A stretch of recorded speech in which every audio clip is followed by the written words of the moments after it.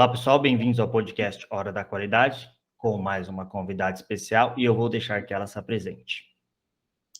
Olá, pessoal, tudo bem? Meu nome é Betânia Barros, do Instagram Betânia in China. Falo de importação. Eu estou aqui para bater um papo com o João Fernando sobre esse universo de China, negócios. Bora lá. Primeiro, Betânia, queria agradecer, né? Já falei antes, queria agradecer por você ter aceitado o convite. É super importante, acho que falar sobre importação, né? Sobre a China também, né? Que muita gente ainda tem um pouco, eu vejo muita gente ainda com preconceito, né? E a primeira pergunta que a gente já tinha conversado, que eu queria fazer para você é como você tomou a decisão de ir morar na China, né?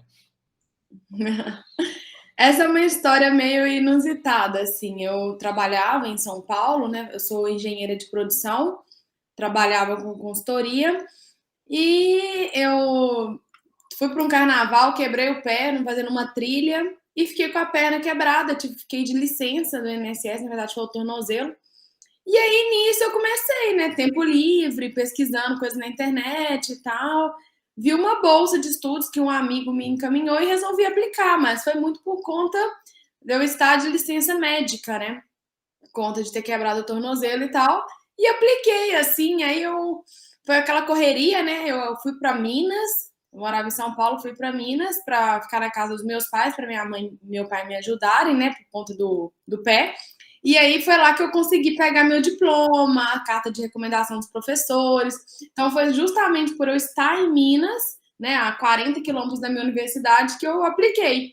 E aí eu acabei sendo aprovada nesse mestrado, consegui bolsa integral, passagem paga, acomodação, bolsa auxílio. E eu fui, assim, foi bem cair de paraquedas na China por conta de uma perna quebrada no carnaval. Que ao invés de eu estar tomando cerveja, estava fazendo trilha, tá vendo? Verdade. E você falou que você fez engenharia de produção, né? Eu vi num dos seus posts, mas não foi aqui no Brasil, né? Ou foi? Então, eu fiz na Federal de Viçosa Ah, legal. e eu fiz um ano de engenharia, né? Tipo, estudante visitante em Loughborough, lá na Inglaterra. Nossa, que legal. Quando você chegou, quando você chegou na China, qual foi sua primeira visão da China em relação ao Brasil? Então, é assim, eu vejo que muita gente que vai estudar na China, vai trabalhar na China, às vezes a pessoa se prepara para aquilo, no sentido que começa a aprender mandarim, e aí a pessoa busca ativamente aquela oportunidade, então já vai com vários conhecimentos de China. É claro que 99% não vai sabendo falar mandarim, ou não muito bem, né? Mas já sabe o tipo de comida que ele, tipo assim, os pratos típicos, né, os jeitos. Eu caí completamente de paraquedas na China, eu não sabia nada da cultura, eu não sabia nada da língua, não sabia como é que estruturava. Foi uma coisa bem ao acaso, assim, eu queria já fazer o mestrado, mas eu estava planejando fazer no Brasil. E aí eu fui fazer esse mestrado lá na mesma área, né, que é de administração pública. Então, para mim foi assim, foi surpresa e curiosidade, né? Eu fiquei assim, nossa, que interessante, nossa, eles bebem água quente? Nossa, cada caractere tem um significado. Então, assim, foi muito essa questão de ficar surpresa e muito curiosa, assim. Tanto é que eu ficava o tempo todo pesquisando, entendendo, perguntando, tentando aprender mandarim, que levou um tempo, né? Mas assim, tentando entender, mas o que é isso? Ah, mas esse caractere eu reconheço. Eu me sentia tipo uma criança na China, assim. Tipo, quando a criança fica perguntando, sabe? Aquela criança curiosa que tá aprendendo a ler, escrever, falar. Eu me sentia assim. E o mandarim é mais difícil que o português, né? Ou não, se for para comparar com os dois são a mesma, porque tem muito, né, que nem você falou do caractere, cada caractere tem um significado, né? Então, eu não vejo essa questão de ser mais fácil ou difícil. Eu acho que tudo depende da sua base, né? Então, por exemplo, para um japonês, para ele aprender os caracteres do mandarim é muito mais fácil, porque muitos caracteres do japonês, quer dizer, do japonês são inspirados no chinês. Tanto é que eu estudei com japoneses na China e, tipo assim, eles me falavam assim: ah, eu estudei 2 meses e peguei o HSK 4, que é um nível, assim, intermediário de mandarim. Eu não lembro mais, mas é que, tipo assim, não sei se são 1.200 caracteres, alguma coisa assim. E ele aprendia isso muito rápido. né? Assim, tipo, 2 meses estudando sozinho. E aí, tipo assim, normalmente pra gente, a gente tem que aprender todos. Ele não, ele já vai ali com, sei lá, uma boa porcentagem aprendida e ele consegue correlacionar com a língua dele. Isso para a parte escrita, né? Tanto é tipo a gente pega um texto em espanhol, italiano, a gente já, eu sei o que tá falando aqui mais ou menos, né? E tal. Então, por exemplo, para o japonês tem isso. Então, para ele é mais fácil, mas não é que é mais fácil, é que ele já estudou antes, né? Desde pequeno. Já para o japonês falar mandarim, ele parte do zero igual a mim. Então, eu vi que na comunicação oral, eles não tinham facilidade. Assim, era todo mundo igual. Então, essa questão do mandarim ser mais difícil ou mais fácil, eu acho que é uma questão de ponto de partida. Quando você vai estudar um idioma que é, por exemplo, a gente estuda as línguas tipo inglês, até o alemão, que é mais difícil, usa o alfabeto. Então já começa aí, ó. Já aprendi o alfabeto, já sei o som. Já tem essa ideia de palavra, de já letras do alfabeto formar uma palavra. Então é muito mais tranquilo. Já o mandarim, você precisa aprender que cada caractere tem um significado, como que você combina os caracteres. Então, assim, eu acho que é mais trabalhoso nesse sentido para a gente aprender o mandarim em relação a aprender línguas que tenham o uso, por exemplo, do alfabeto. Eu estudei 1 ano e pouco árabe, e o árabe tem um alfabeto, né? Então, ele tem um alfabeto que é diferente do nosso, do inglês e tal, mas tem esse lado mais fácil, no sentido que você consegue reconhecer as palavras. Mas é mais difícil que mandarim, na minha opinião. Mas, assim, você vai vendo que cada coisa, cada língua tem essas especificidades e ser mais difícil ou mais fácil depende do seu ponto de partida. Mas não é difícil, impossível. Exige dedicação. Tem até uns tijolinhos ali atrás, né? Uhum. Uma coisa que eu sempre pensava quando eu estudava mandarim, assim, uma coisa que um dia eu tava lá e me deu esse clique, que é assim, mandarim é tipo construir uma casa, são vários tijolos, né, que são os caracteres, assim, e cada um importa, né, então assim, não adianta você querer construir uma casa em um dia, você precisa colocar um tijolo por um tijolo, e é isso, todo dia você vai aprendendo alguns caracteres, você vai construindo o seu mandarim, né, Mas é então... verdade mesmo. Porque quando eu estudo inglês desde a quinta série, né? Eu estudei sempre escola particular, aí eu tenho amigos hoje, falam, nossa, mas como você tem facilidade com o inglês, né? É porque Uhum. aí vem o que você falou, da base, né? Se eu não tivesse essa base, talvez eu não falaria do jeito que eu falo. Legal. E mandarim, eu não vou mentir, eu peguei uma vez para tentar, sabe? Eu queria tentar aprender. Eu desisti. Mas sabe o que que é? Eu também no Não vou início eu achei mentir. muito difícil. Eu achei muito difícil. Quando eu cheguei na eu falei, gente, como que eu vou aprender isso? Eu pegava um caractere, eu não conseguia decorar. Eu falava, gente, eu nunca. Tipo assim, eu realmente achava aquilo muito complicado, sabe? O primeiro ano, que eu fazia aula 2 vezes na semana. Aí depois, parece que assim, eu acho que tem a ver com a curva de aprendizado. Eu não sei, eu lembro quando eu estudava inglês também, lá no ensino fundamental, que eu vi que, assim, para você aprender uma palavra, você tem que vê-la 7 vezes em contextos diferentes, né? E Exatamente. aí isso gera o aprendizado. E mesma coisa mandarim. Então, às vezes você fica vendo alguns caracteres muito tempo e não reconhece, mas depois você tem tipo um salto. Porque você já viu aquilo um monte de vezes. Só que você teve que ver 7 vezes, mas às vezes mais, não sei se esse número é exato, às vezes um pouco menos, para você lembrar. E lembrando que o mandarim é um caractere, mas são 3 coisas, que é o caractere que você tem que lembrar, tipo o desenho, é o jeito que fala, porque quando você olha o caractere, você não sabe o que é o, você não sabe, você só tá vendo um desenho ali.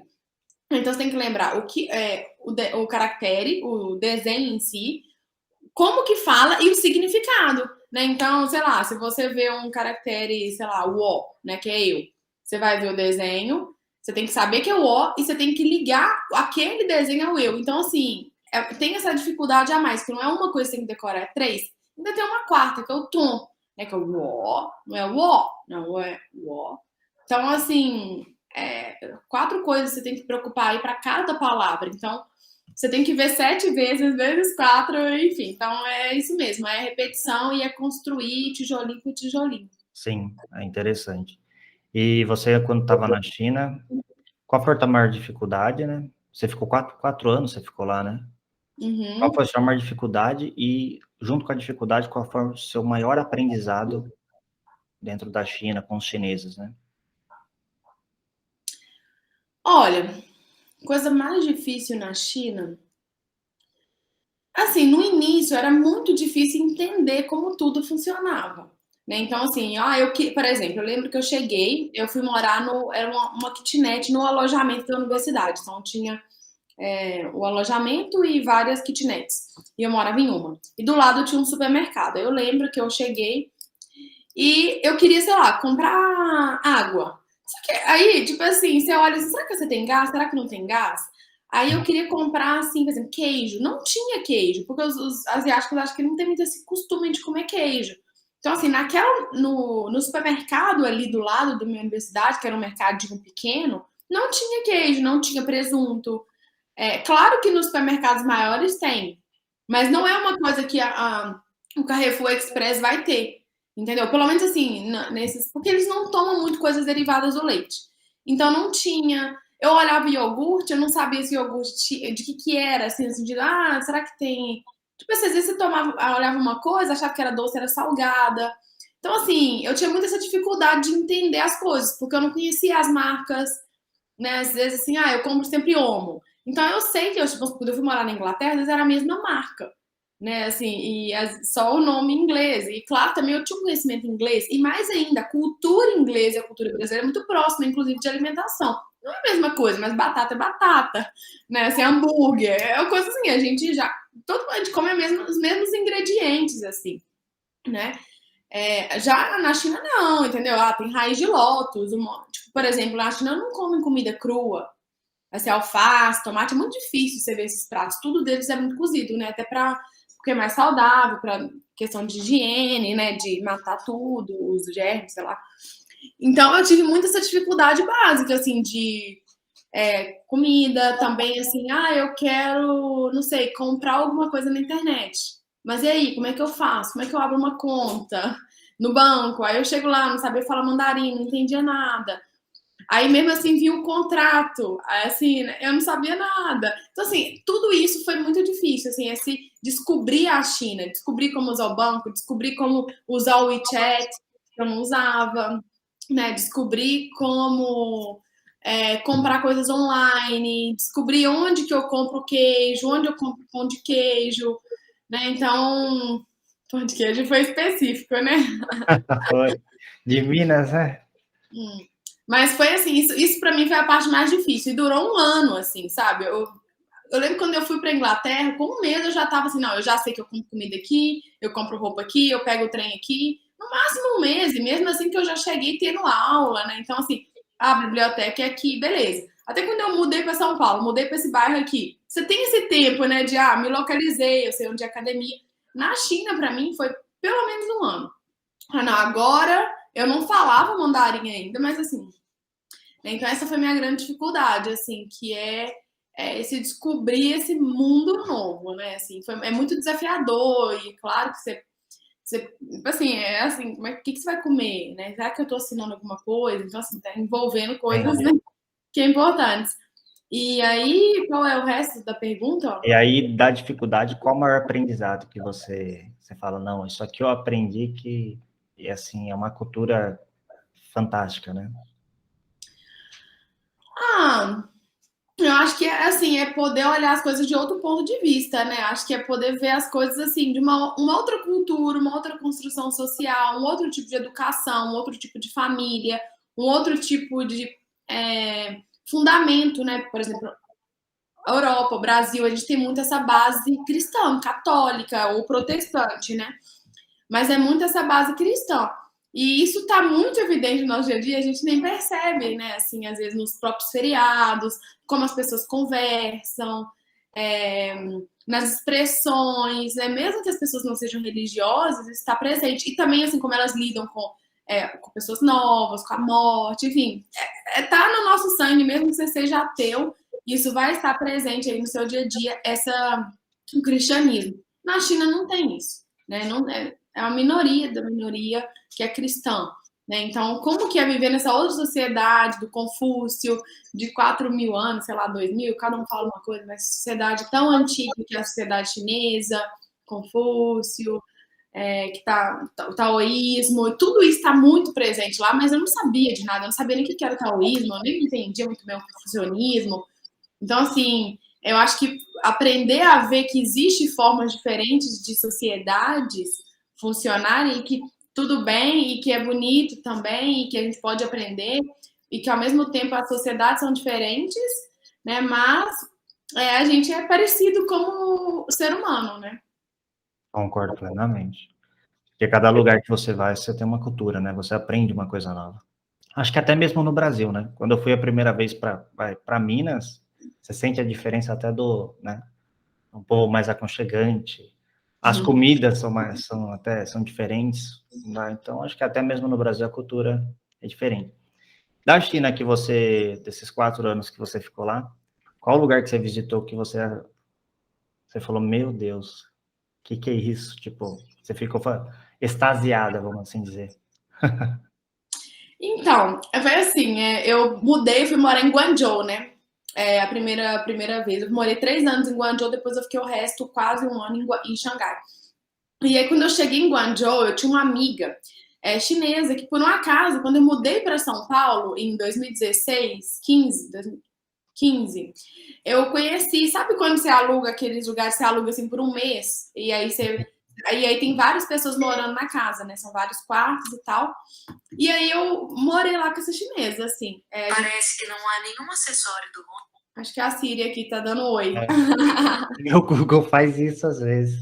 Do nada. Você quer viajar? Vambora, que hoje tem um sol bonito aqui em São Paulo. Aqui também, aqui tá bastante calor. Tá, então eu conheci essa chinesa, assim, foi super um acaso, eu ajudei ela muito no Brasil, assim, comprar passagem, sabe essas coisas, assim, mesma coisa que eu sentia na China depois, ela me ajudou, eu ajudei ela aqui no Brasil.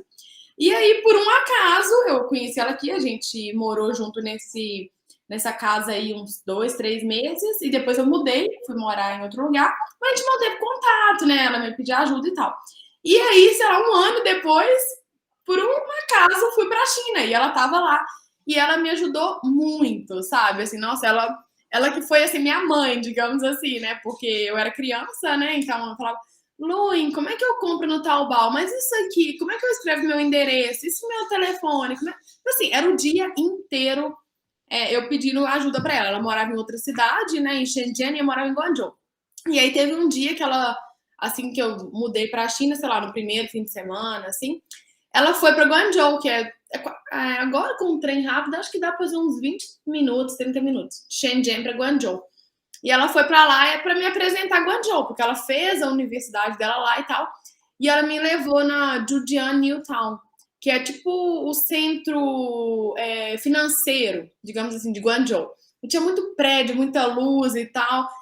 E eu fiquei assim, nossa, chocada, assim, porque foi esse primeiro momento que eu vi essa China tecnológica, rica, que a gente vê aí, né, coisas diferentes e tal. Porque eu ficava muito na universidade. E é uma universidade, assim, sim, normal, assim, igual é a USP no Brasil, Unicamp, né, assim, não tinha nada demais. E aí ela me levou lá. E eu fiquei tipo assim, uau, sabe? Aqueles prédios gigantes. E aí, beleza. Esse foi o meu primeiro, né? Mas foi muito por conta desse seu primeiro contato, né? Assim, com essa China tecnológica. E aí, passado um tempo, eu fui para Xangai. Eu nunca tinha ido para Xangai. Para Xangai. Fui passear em Xangai. Na hora que eu cheguei no Pudong, nossa, eu fiquei horrorizada. Eu fiquei tipo assim, meu Deus, o que é isso? Porque é muito. Tipo assim, Guangzhou é muito bonito, mas é menor. Sabe, Xangai é uma coisa, tipo assim, é muito grande. É muito, muito grande a parte do Pudong. Que é assim, de um lado tem alguns prédios, inclusive, mais com estilo europeu, porque foi da época lá da ocupação e tal. E aí tem um rio que é bem, bem grande. E do outro lado são os prédios novos. E aí tem aí aquele prédio que eu acho que é o segundo maior do mundo. Eu até subi lá, torre, prédio de banco. Então, assim, é uma coisa assim, muito assustadora. Assim, luz, LED, sabe? Tudo muito grande. E, tipo assim, não é um prédio, é tipo assim, sei lá, 20, 30. E aí o Pudong é muito amplo, assim, sabe? Você consegue. É a volta do rio, assim, que tem aí no Band. né? Do lado Pudong e do lado de cá Puxi. E, nossa, eu fiquei maravilhada, assim, com a grandiosidade do que foi construído na China, né? E assim, se você pega as fotos, tipo, 1980, 1990, e você compara, você fica mais maravilhada ainda, sabe? Com tudo que eles fizeram. Então, isso para mim foi muito chocante, né? Eu nasci no interior, minha cidade tem 50 mil habitantes, né? Que eu nasci, mas eu ficava muito na cidade dos meus pais, que tem acho que 5 mil, 10 mil fim de semana. Então, eu nasci nesse ambiente, né? De cidade muito pequena e tal, todo mundo conhece todo mundo. Aí eu lembro quando eu vim para São Paulo, né? Eu achei assim, nossa, que cidade grande, né? Paulista, meu Deus, que maravilha. E aí, enfim, morei aqui um tempo, né? E tal. E aí, quando eu fui para a China e eu voltei para o Brasil, eu lembro de eu ter essa sensação, falei, gente, mas São Paulo é uma roça. Tipo assim, tão pouco desenvolvido, tão pobre, tão assim, prédio baixo, sabe? Então, assim, eu senti muito isso, assim, eu acho que isso foi um grande impacto. Claro que eu visitei outros lugares muito bonitos na China, tem muito parque, cachoeira, tem também natureza, as coisas também da história da China, coisas assim, templos. Então tem tudo muito, tem muita coisa bonita. Eu já fiz rapel, já fiz um monte de coisa na China, mas assim. Você chegou aí na muralha? Fui. Meu Deus. Não sei, né? Todo mundo. Eu tive 2 amigos que foram e eles falaram que é imensurável. Você falou assim, não tem como, Fer, você não tem como explicar. E qual a sensação? Mas vamos perguntar para você, porque todo mundo fala a mesma coisa, sabe? Meu, você fica curioso até. Então, eu achei lindo, é maravilhoso, mas assim, é muito. É tipo assim, eu fui no verão, tava muito calor e eu fui subindo rápido. Fui no rápido, porque assim, eu fui naquela sessão lá perto de Beijing, né? Sei. Aí, tipo assim, nossa, fica. Aí eu fui mais pelo desafio de terminar, sabe? Então, assim, é muito legal subir, ver o pessoal, ver também o tanto de chinês que vai para conhecer, é muito bonito, né? Mas, assim, as sessões para visitação é uma sessão, né? Então, é... eu gostei, assim, da muralha. Mas quando eu fui para a muralha, já tinha um ano que eu morava na China, né? Então, eu acho que tem isso também, né? Assim, eu acho que às vezes, por exemplo, esses seus amigos, não sei, talvez a primeira coisa que eles foram foi talvez pousou em Beijing, foi para a muralha. Acho que tem Ele fez um tour, né? Aí ele subiu a Ásia e foi assim, um dia, vamos assim dizer. Aí ele foi conhecer o Xangai, foi para a muralha e já foi para indo para outros lugares. Aí ele ficou impressionado. Na hora que ele voltou depois para o Brasil, falou: não tem, meu, não, você volta diferente. eu não lembro muito da minha sensação com a muralha. Foi em 2017. Foi no meio de 2017. Assim, eu não lembro nem como eu me senti, sabe? Mas essa de Guangzhou, eu lembro que eu fiquei assim, foi uma coisa que me marcou, né? Quando essa visão que eu fui com minha amiga. E depois dessa de Xangai, eu acho que eu fui, eu não lembro, talvez foi um ano depois também. Eu fui para Beijing e na mesma época, eu acho que foi nessa época mesmo que eu fiquei assim. Agora eu não tô lembrando, viu? Se foi a primeira vez que eu fui em Xangai, foi em 2017, ou se foi em 2019, que foi a segunda vez que eu fui, e depois eu mudei pra lá. Mas eu fiquei, essa foi uma coisa que me marcou até hoje. Eu lembro do sentimento, assim, sabe? De ver aquilo e falar, meu Deus. Legal. E você voltou para o Brasil? Não, ano passado você voltou, né? Você falou para mim. Foi um Agora... outro acidente de percurso aí. Quer contar pra gente? Então, que eu fui para a China por acidente e voltei para o Brasil por acidente também. Não é acidente, não, é paraquedas. Mas então, eu tava na China, né? E aí eu vim passar o ano novo chinês no Brasil. Um amigo meu se casou em fevereiro de 2020. Aí eu falei, vou aproveitar, porque é um grande amigo meu que a gente fez ensino médio junto e tal. E vim pro casamento dele e bateu justamente com o ano novo chinês, né? Que eu acho que o ano novo chinês foi tipo dia 24, o casamento dele foi dia 1º. Então, eu peguei um mês de férias e vim. Falei, vou passar o carnaval no Brasil de novo. Ó, o outro carnaval lá, esse eu falei, não, vou ficar até o carnaval, porque tinha muito tempo que eu não passava o carnaval aqui, né? O último que eu passei foi que eu quebrei o pé, que eu tava lá na trilha. Depois fiquei 16, 17, 18, 19 na China, né? Foi isso mesmo, é? Não, 16 foi que eu quebrei. Aí eu vim passar, falei, vou ficar até o carnaval. Então fiquei do casamento dele, iria ficar até o carnaval, tinha passagem de volta, deixei minhas coisas em Xangai, deixei meu dinheiro lá no banco, deixei dinheiro dentro da gaveta, Caramba, deixei diploma, deixei tudo lá, assim, sabe? Tipo, meus diplomas de mestrado, de graduação, todos os meus documentos. Eu vim com uma mala, assim, sabe? De 20 quilos sei. para passar um mês. E aí eu ia voltar para a China. E aí, bem quando eu estava na China, ali antes de eu vir, né? Eu vim no sábado, acho que foi na quarta, assim, começaram a falar da pandemia. Na época era o surto, né? De Sim. Covid-19, ninguém sabia. Eles falavam em epidemia, se eu não me engano, né?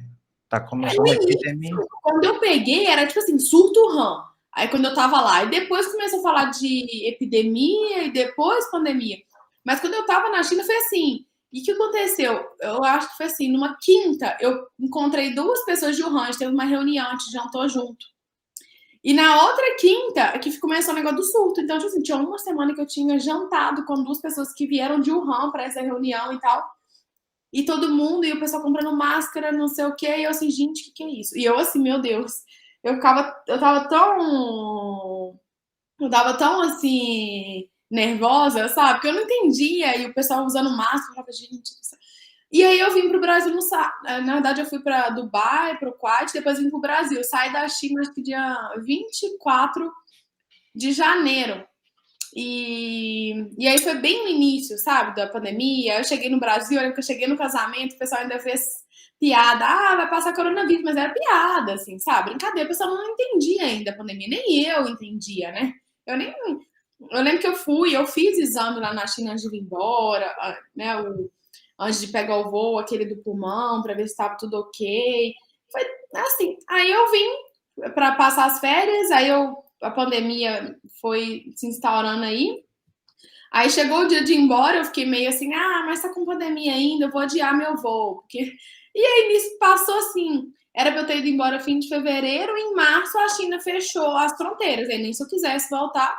Aí ficou fechado de março a outubro. Aí em outubro reabriram, mas tá muito complicado, né? Aí eu meio que resolvi. Aí eu tô aqui, né? Por enquanto, e quando abrir, eu volto pra China. Mas foi isso. Aí fui para a China de acidente e saí de lá por um acidente também. Acho que às vezes tudo acontece por um acaso, né? E aí você veio para cá, aí agora você tem lá no Betana in China, né, no Instagram. Você tá, eu não lembro do LinkedIn, depois você vai deixar suas redes, né? Aí na verdade, assim, ó, eu não acompanhava você. Aí eu acho que eu fiz a entrevista com o Giancarlo, eu conversei com o Giancarlo e ele falou de você. Ele começou a falar do mercado chinês e tal, aí eu acho que ele mandou um WhatsApp para mim e falou, ó, acompanha, veja lá. Aí eu fiquei impressionado. Aí mandei para minha namorada, mandei para os amigos. E agora vamos para a parte de importação. Como que é como é o processo? Como você definiria um processo de importar da China, né? Beleza, vamos lá então falar de importação. Eu trabalho com a importação empresarial, que é quando você importa através do seu CNPJ, né, com o objetivo de revender, de industrializar ou imobilizar. Então, vou comprar 100 cadeiras para o escritório, né? Se tem uma empresa grande, também é importação. Então, sempre essa importação aí é comercial. E aí, como que é esse processo de importar da China? Ele começa com a definição do produto, né? Você precisa definir exatamente o que você quer, não tem como você falar, eu quero um produto lucrativo. Todos são, né? Se você vender bem. Então, isso é muito importante aí para começar, para você conversar com o fornecedor, para você achar fornecedor, para você ver a questão da NCM, tratamento administrativo e tal. Então, o primeiro passo, definir o produto exatamente que você quer.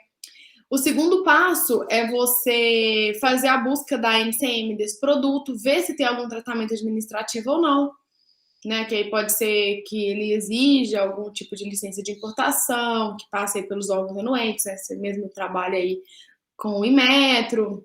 né? Então, o primeiro passo é definir o produto, o segundo passo, ver MCM, ver os tratamentos administrativos, para você entender se esse produto ele é mais fácil de ser importado, só comprar e pagar os impostos, ou se ele precisa de algo a mais. Se ele precisar de algo a mais, você já vai considerar isso nos seus custos, né?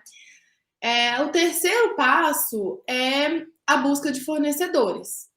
Então, dá para você fazer online, né? O Alibaba, por exemplo, tem outras formas, mas para quem está começando, eu acho que dá para começar pelo Alibaba, encontrar fornecedores, né? Conversar com eles, negociar, saber filtrar.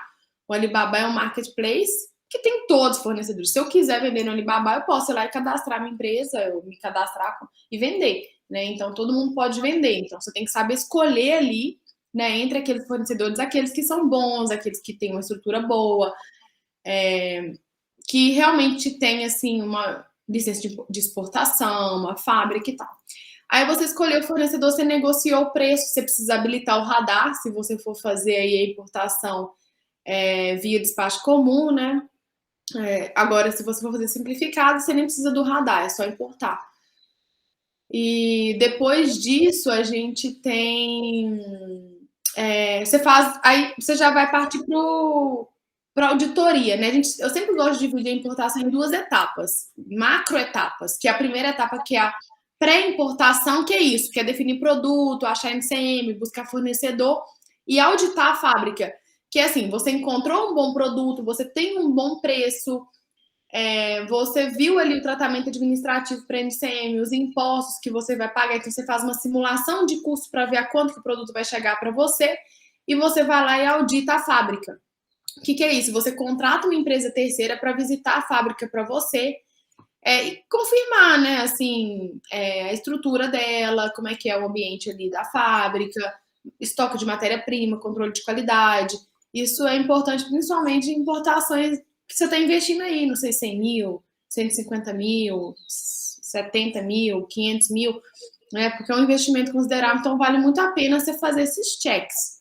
Então, beleza, você fez o seu planejamento para importação, você definiu o produto, você definiu o custo que ele vai chegar para você, isso é muito importante também, né? Você pegar aquele preço do fornecedor, aquele preço não é o preço, beleza, esse copo aqui tá, sei lá, 20 centavos de dólar na China. Ele não vai chegar para você 20 centavos de dólar. Você tem que incluir o valor do frete, seguro, depois chegando no Brasil, os impostos, né, as taxas aduaneiras, depois o transporte, por exemplo, se chegou pelo porto, do porto até o seu depósito, né, do aeroporto. Então, essa simulação de custos é muito importante. Você tem que ter um bom produto que você consiga vender, você tem que ter um bom fornecedor, né, para te entregar aquele produto numa qualidade aí que os seus clientes querem aquela qualidade, podem pagar.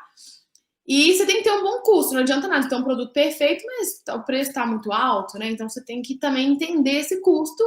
E depois, você vendo que o produto ele é viável, né, financeiramente para ser importado, você dá um check na fábrica. Então, beleza.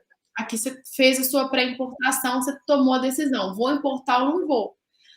Se você vê, não, está muito caro, não quer dizer que você tem que desistir. Volta, procura um fornecedor, aumenta a quantidade. Né? O valor do frete ele não é proporcional. Para importar um copo, eu pago, vamos supor, 10 centavos de dólar o frete. Para importar 1.000, não vai ser 1.000 vezes 10, às vezes vai ser 100 vezes 10. Né? Então, assim, quanto mais você importa, mais barato o frete vai ficando, a divisão das taxas de custos fixos também. Então, se não vale a pena, você tem que ficar voltando. Às vezes o seu fornecedor está com um preço muito alto, às vezes você não encontrou um fornecedor com um melhor custo-benefício. Né? Então, você vai fazendo essa interação. Se você viu que já é lucrativo, beleza, esse copo está chegando para mim a 50 centavos de real. E o mercado aí está vendendo por 2 e você compra por, sei lá, 2,20, você fala, não, peraí. É isso, chegou a 50 centavos de dólar o copo, né? O mercado vende por 2. Então, você está tendo aí uma margem de 150%, então vale a pena. Eu estou comprando na China por 50, mas eu compro na 25 por R$1, então estou comprando para metade do preço, vale a pena. Então, você faz essa análise, valendo a pena, a gente vai para outra parte da importação, que é a importação em si. Você vai fazer a gestão da importação, que começa com a preparação dos documentos, né, commercial invoice, packing list, o draft do BL também, que vem depois. Aí, quando você está com os documentos prontos, você faz o pagamento, né? No caso de ter algum tipo de licença de importação exigida, você já começa a olhar aqui também, fazer todos os procedimentos. Aí você faz o pagamento. O pagamento na China, ele acontece de uma forma diferente de como a gente paga um fornecedor, por exemplo, que está na 25 de março, ou um atacadista aqui no Brasil, né? Que às vezes o atacadista ele te dá 30 dias para pagar, 30, 60. Então você recebe a mercadoria antes e paga depois, ou então você recebe a mercadoria e paga à vista, né? Já na China não, você vai pagar antecipado. Então, você preparou os documentos ali da importação, né, o invoice que a fábrica preparou para você, aí você precisa fazer o pagamento e a fábrica ela cobra assim, normalmente, né? Claro que cada fábrica é uma fábrica e ela coloca os termos dela. Mas o que a gente vê de padrão no mercado é assim, 30% para começar e os outros 70% quando fica pronto. Em alguns casos, 50% para começar e os outros 50% quando fica pronto. E aí, beleza, você vai lá e paga para a fábrica, por exemplo, 30%. Ela vai começar a produzir, ela vai comprar a matéria-prima e vai produzir. Aí vai demorar um tempo para ficar pronta. Normalmente, quando você compra aí uma quantidade maior, né, no atacado, que é o caso de a gente comprar na China, né, compra maior quantidade, normalmente eles pedem uns 20, 30 dias para entregar. Aí, quando a carga fica pronta, aí você tem que pagar os outros 70. Só aí que a fábrica vai liberar a mercadoria para você. Senão, não sai da fábrica. Normalmente é assim, principalmente nas primeiras compras. Então, nessa segunda etapa, você prepara a documentação, faz o pagamento do adiantamento. Aí, se for produto com marca própria, você vai conversando com a fábrica ali, né, para preparar. Minha embalagem é assim, minha marca é assim, eu quero que imprima assim. Também você passa para elas informações de embalagem, que tem que estar ali, a caixa de fora. É importante também fazer a assinatura, né, carimbo de todos os documentos, né, para fazer esse contrato de compra e venda e tal. Aí o produto fica pronto. Aí a fábrica fala com você, ó, me paga os outros 70 que eu vou liberar para você. Aí, um pouco antes, né, a fábrica já te fala, ó, vai ficar pronto dia 20 de novembro. Então, lá para o dia 1º de novembro, você já vai entrar em contato com o agente de cargas e vai pedir para ele uma cotação do frete, né? Você vai pedir para vários agentes, aquela que tiver a melhor cotação, você vai falar com ele, ó, eu quero reservar aí um espaço nesse navio, eu quero ou o container inteiro, ou um espaço no container compartilhado. Você já reserva antes, igual quando você compra passagem para ir para a Europa, né? Você não vai comprar no dia, você tem que comprar antes, até para você ter um preço melhor, para achar espaço e tal. Mesma coisa nesse caso. Então, você já vai entrando em contato com o agente e já fala com ele, ó, dia 20 você vai coletar na fábrica. Já agenda isso com a fábrica também. A carga fica pronta, a gente sempre indica que faça uma inspeção de qualidade, que é você contratar uma empresa terceira, a gente faz esse serviço também, tem outros no mercado, que a gente vai lá na fábrica, e aí o foco agora é diferente do foco lá da auditoria de fábrica. A gente não vai para ver a fábrica, ver se a fábrica é confiável, ver documento. A gente vai para ver o seu produto. Como que é esse produto que ele produziu para você? Se for o copo, qual que é o peso do copo? Qual que é o diâmetro? Né? Qual que é, sei lá, por exemplo, o copo tem que embalar, né, na caixa de papelão. Aí a gente faz teste de jogar a caixa para ver o tanto que está protegido. Imagina, se coloca a caixa ali muito pouco protegida e nós colocar no container só tipo assim, quebra os copos todos. Então a gente precisa testar isso. Né? O copo é um produto mais simples. Se for um produto aí que tiver aplicativo conectado a ele via Bluetooth, a gente precisa testar o aplicativo, testar a conexão, testar o PCB. A gente faz vários testes, né? Normalmente esses relatórios aí de teste de produto tem assim 20, 30, 50 páginas com várias fotos, né? Muito teste, vídeo, de tudo. A gente mede produto, mede a caixa. Aí, beleza. Aí a gente está com a inspeção de qualidade feita e a gente manda para o cliente. Ele fala, não, beleza, esse produto passou na minha inspeção. Vou pagar. Aí você paga o restante. Aí demora aí uns 2 dias para a fábrica receber o dinheiro. Ela fala, agora você pode pegar a carga. Aí a gente vai lá, pega a carga, leva para o porto. Aí tem um transporte internacional, né? Normalmente container, pode ser de avião também. E chegando no Brasil, é feito o desembaraço aduaneiro, né? Que tem um processo de despacho aduaneiro e no final o produto está desembaraçado. E aí você precisa do despachante aduaneiro no Brasil e depois que essa carga é desembaraçada, ela está à disposição para você ir no aeroporto e no porto. E aí o que você precisa fazer? de uma empresa transportadora, para pegar, por exemplo, o produto em Santos e levar para sua empresa em Sorocaba, né? Então precisa de um caminhão. Um ponto importante é que o despachante, apesar dele vir aqui no final do processo, você tem que envolver ele desde lá do pré-importação, né? Você faz essa parte de consulta de NCM, de simulação de custos, existem informações para isso, mas o ideal é que o despachante faça isso junto com você, que ele te ajude a calcular os custos, que ele te ajude a analisar o produto, a classificar, né? Ele não pode ser pego de surpresa. Olha aqui, um container de televisão, imagina. Mas tem licença de importação. O chinês não sabe. E não é porque o chinês está com má vontade. O chinês não me ajudou, não me avisou. Gente, o chinês, ele está na China, ele entende a legislação da China.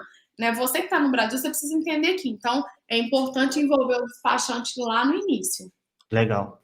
E referente aos relatórios, é você que faz essas medições? Então, eu hoje não faço, porque eu já fiz muito no início, quando eu abri empresa. Hoje a gente tem uns inspetores na China que fazem, né? Meus colegas, então eles fazem, na empresa a gente tem uns inspetores, então eles vão nas fábricas, visitam. Eu já fiz alguns também, já fiz bastante no início.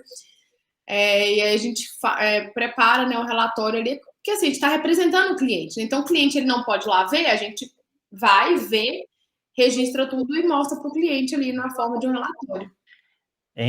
Vamos lá, que nem você falou do processo. Tem diferença de produto a produto, o tempo dele chegar no Brasil? Ou às vezes você tem um tempo médio parecido entre os produtos? Então, essa tem uma pergunta boa. Esse processo que eu expliquei para vocês é o processo de importação de despacho comum, que é quando você vai importar aí maior volume, maior quantidade, né?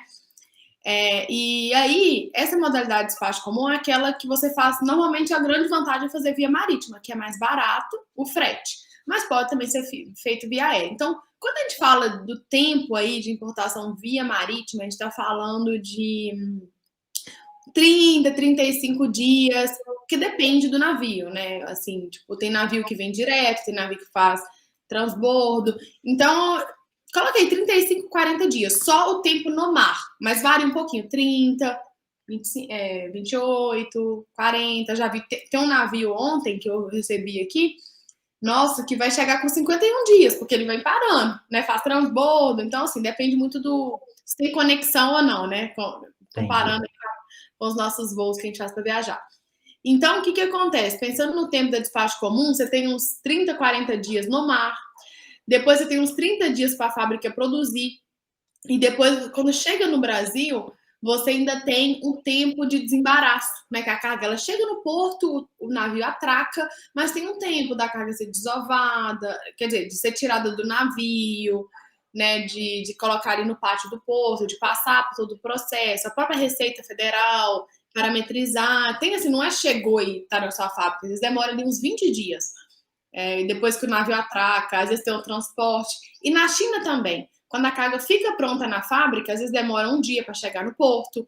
E não adianta chegar no porto e o navio está partindo. Ela tem que chegar no porto, às vezes, 3, 4, 5 dias antes. Se for container compartilhado, uma semana antes. Né? Então, o que eu coloco aí de marítimo, pelo menos uns 90 dias, né, de tempo entre você fazer o pagamento e a carga chegar para você. Assim, isso correndo tudo muito bem. Às vezes demora 120. Container compartilhado já vai demorar um pouco mais, porque tem esse trabalho de compartilhar. Então, de navio é isso, 90 a 120 dias.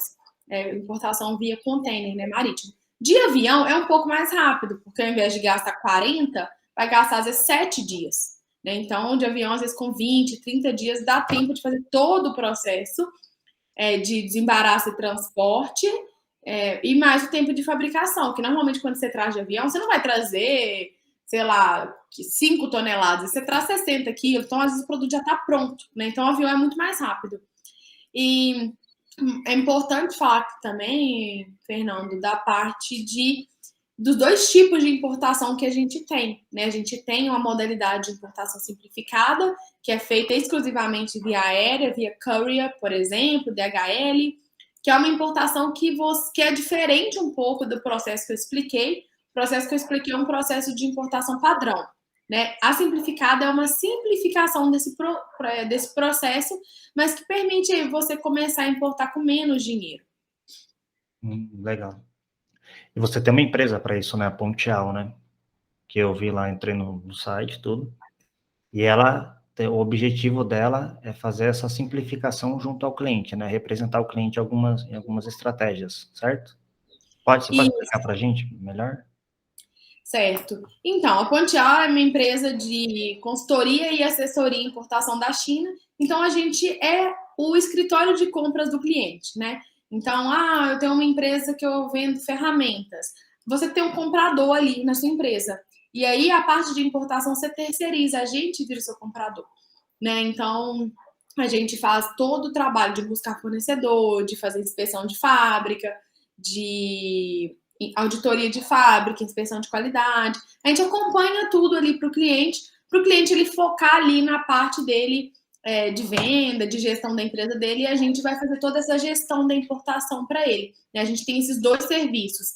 O primeiro serviço que é de planejamento da importação, que é o pré-importação, né? Ver se a importação é viável, se não é. Esse é o primeiro serviço. E o cliente desejando fazer importação, a gente tem o segundo pacote, que é o de gestão da importação, que a gente faz tudo para o cliente e nos pontos ali de decisão, de pagamento, de contato, a gente vai informando o cliente. Então, o cliente não precisa preocupar aí de ficar acompanhando a importação, que a gente vai fazer isso para ele. Legal. Aí, no fim do bate-papo, eu vou deixar depois para o pessoal aqui embaixo e também no descritivo o seu site. Achei interessante. Tem bastante coisa lá. Porque eu realmente eu não conheço muito o processo de importação. Comecei a conhecer agora, com as suas postagens. E de todos os produtos, quais produtos você falaria que é que você mais recebe dos clientes para fazer importação? Tem algum produto específico que você fala, esse direto o pessoal pede para trazer? Olha, meus clientes, assim, existe uma diferença entre as pessoas que chegam, né, os prospectos, assim, os leads, e aqueles que de fato fecham, né? Assim, muita gente às vezes chega para mim assim, eu quero um produto lucrativo, mas todo mundo quer, né? E o que eu vejo, assim, dos meus clientes, né, o que eles importam, eu trabalho muito com ferramenta, produto pet, esses produtos, assim, tipo, de acessórios, tipo, o que acontece? O ideal, né, o produto que é o melhor para você importar é aquele que você já trabalha, que você já tem um mercado, que você já conhece quem são os concorrentes, já conhece os clientes, né? O cliente, normalmente, ele chega para mim e fala assim, não, Betânia, eu quero essa motosserra aqui, com esse motor, com a gasolina, assim, assim, assim, com essa lâmina. Então, assim, ele já sabe o que vende no mercado dele e ele vai para a China para buscar preço, né? Então, assim, para quem quer aí entrar no mercado de importação, eu sugiro isso, que a pessoa olhe ali para a empresa dela, para o produto que é mais lucrativo, para o produto que ela vende mais, tem maior margem. Eu sempre gosto da curva ABC, né? Fazer a classificação dos produtos, tanto em relação ao volume quanto à margem, e focar nesses produtos, né? Que aí dá muito certo, assim, porque você consegue vender, né? Porque você só lucra com a importação quando você vende produto importado. Só importar não te dá lucro, né? Não. Então você tem que saber escolher aquilo que você vai vender, né? Então, por exemplo, tem um cliente meu que ele importa carbarila, que é um produto técnico, né? Que ele tem uma fábrica de medicamento veterinário. Então ele importa ali o produto técnico concentrado, sei lá, 95, 99%, e ele faz os formulados, né? E aí é basicamente adicionar água, coisa assim, né? Eu não entendo exatamente, mas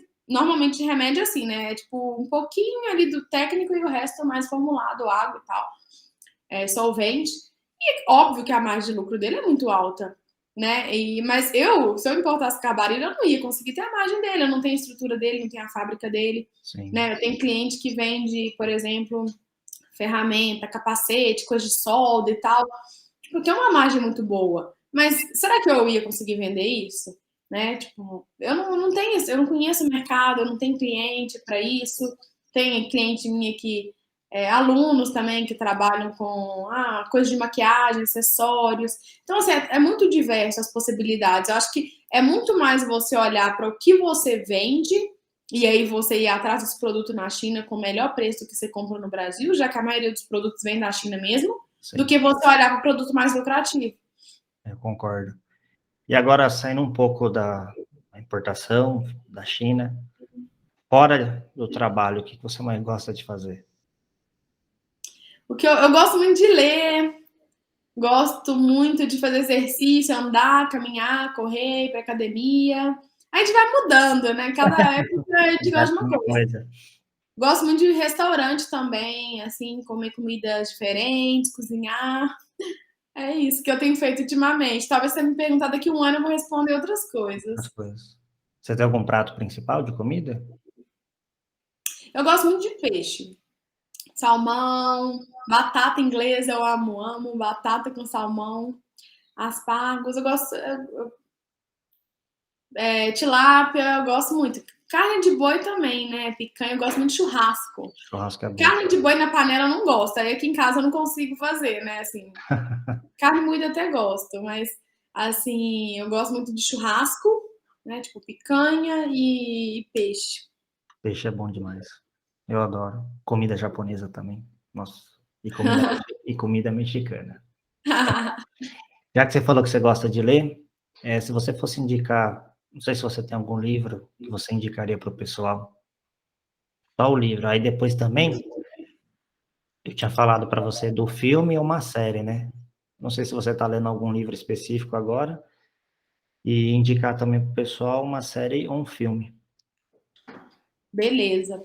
Então, o livro que eu indico, né, assim, para quem quer aprender mais sobre China, né, tem um livro do Jeromel, que é o Poder da China. Acho que é esse mesmo nome, né? O Poder da China. Eu já li Esse tem um tempão.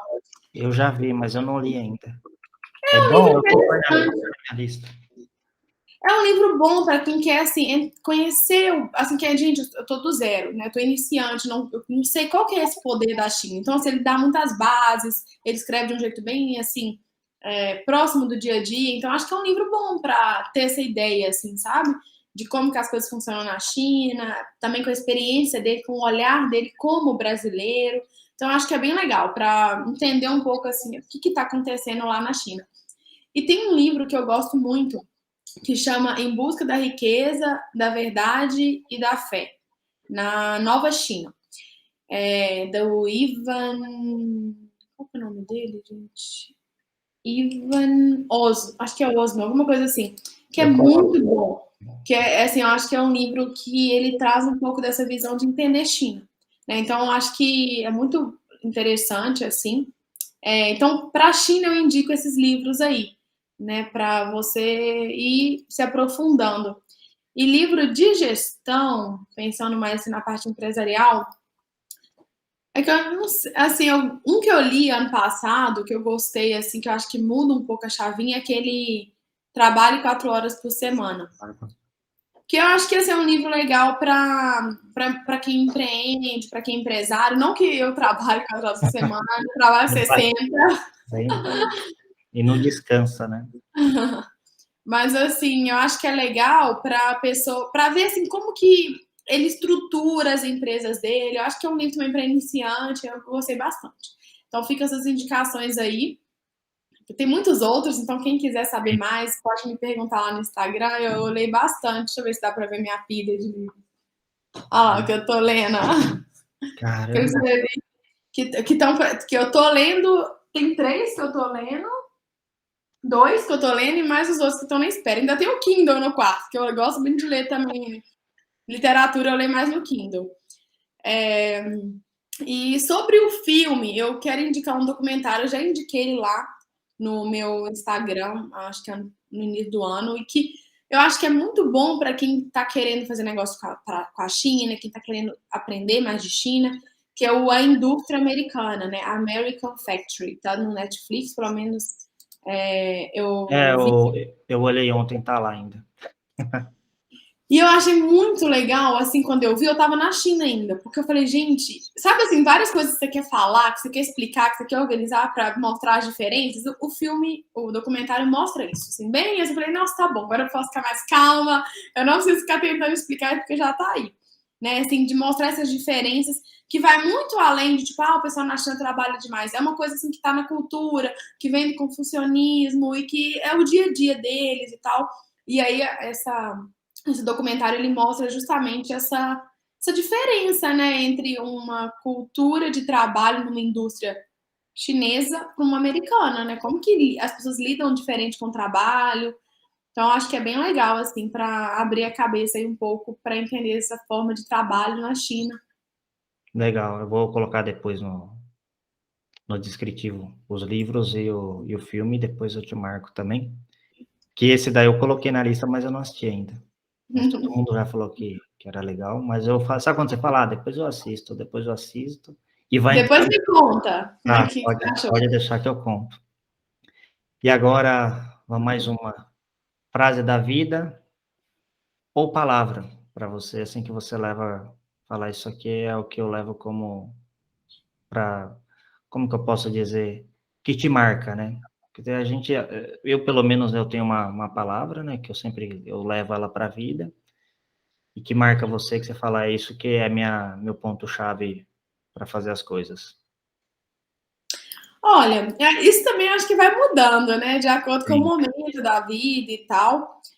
Uma coisa, assim, que para mim eu aprendi muito agora, e foi uma coisa que me marcou muito ultimamente, né? Que eu fui assaltada, assim, foi meio. Como é que fala? Traumático, assim, a situação. E, assim, o que eu vejo é muito que a gente tem que entender o significado da vida. Ontem mesmo, né, a Marília Mendonça morreu, uma coisa tão triste, assim, a vida é tão efêmera. Tipo, você tem um celular que aí, tipo, pega, no caso, me assaltaram, aí eu tinha as contas do banco logada, tirar todo o dinheiro de todas as contas que estavam. E, então, assim, por que você vai ficar se ligando a coisa material, a dinheiro, sabe? Acho que tudo acaba tão rápido, a nossa própria vida, né? Ou entre as pessoas, né, também, que às vezes você tem um apego. Então, o que tem, assim, ficado muito para mim é assim, essa questão da gente buscar se tornar pessoas melhores e trabalhar para o mundo melhor, sabe? Ajudar as pessoas. Que isso, mesmo que o assaltante lá, né, tirasse minha vida, levasse todo o meu dinheiro, o que eu já pude ajudar as pessoas, o que eu já pude compartilhar das minhas experiências, acho que isso ele nunca ia conseguir tirar, né? Então, acho que eu deixaria aí como frase isso, né, da gente buscar ser pessoas melhores e fazer um mundo melhor, né? Que é isso, ninguém nunca pode tirar de você, mesmo que você morra, você já vai ter feito um mundo melhor. A essência, né? Acho que é a essência, né? Porque eu estava lendo um livro do Thiago Rodrigo e ele fala isso. Ele fala, legado, herança é o que você deixa para as pessoas e legado é o que elas vão falar de você quando lembrarem de você. E é o que você falou mesmo. Acho que tudo que você fez até agora, né? Você se compartilhou, você está fazendo as suas postagens, fazendo um compartilhamento. E a vida ali, ela passa. A gente está aqui de passagem e a gente não sabe o que tem lá, né?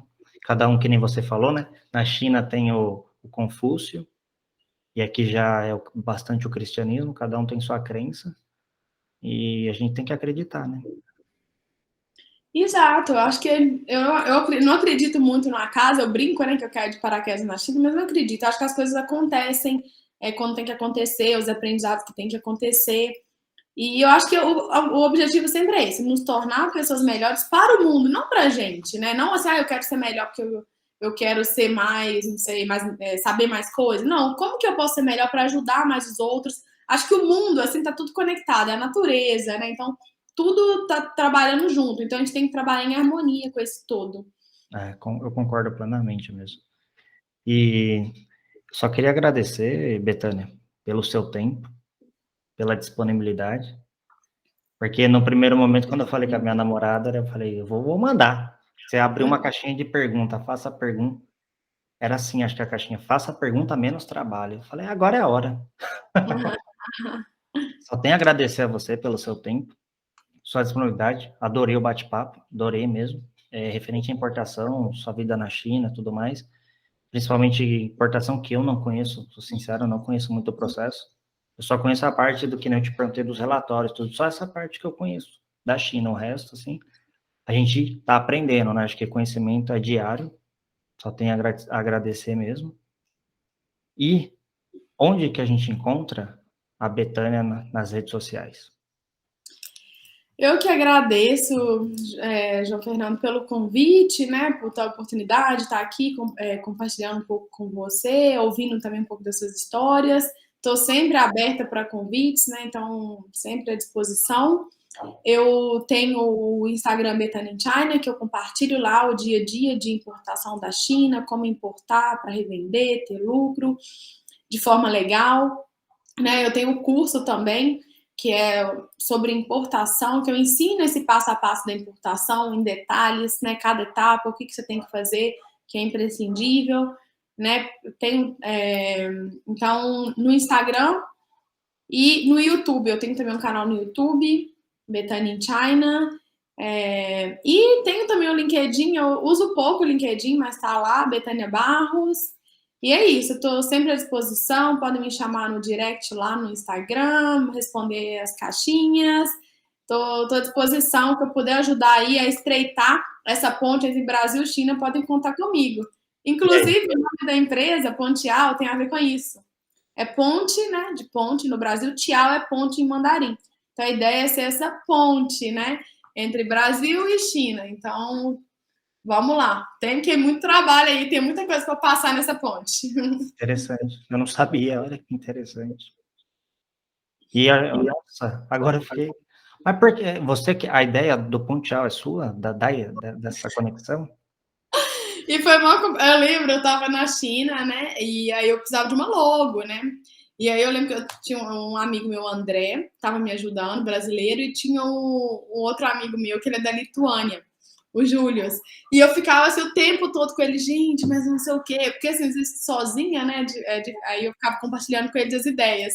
Um dia eu vou até postar, assim, os desenhos que eu fiz, aí eles me davam ideia. E aí depois eu fui conseguir um designer no Taobao, que é um site, tipo um Mercado Livre, assim.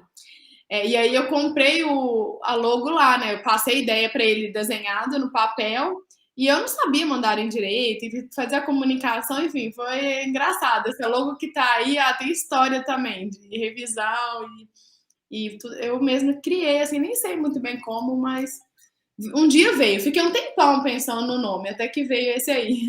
Não, o nome é fantástico. Eu nunca imaginava. Olha, que da hora. Faz um post explicando do logo. Vou fazer um dia, é legal, né? Legal. Então, só gratidão, Betânia. Muito obrigado por tudo aí, pelo seu tempo. E aí, pro pessoal aí, curte, compartilha, se inscreva, que acho que é sempre bom, né? Conhecimento nunca é demais pra gente. E principalmente com pessoas que nem você, né? Que tá aí e tem expertise em tudo mais. Muito obrigado aí, pessoal. Um forte abraço e até a próxima. Tchau, tchau, gente. Zaijian, como dizem os chineses. Um abraço.